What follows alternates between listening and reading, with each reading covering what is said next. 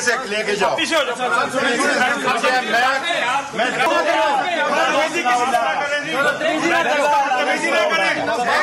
थाने में आपको कैसे बिठाया? 2 महीने नहीं मैं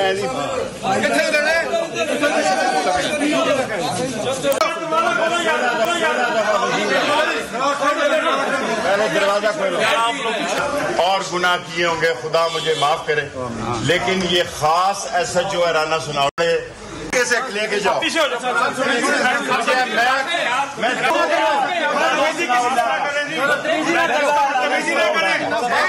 थाने में आपको कैसे बिठाया?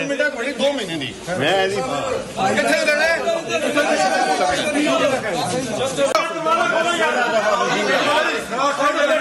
पहले दरवाजा खोलो।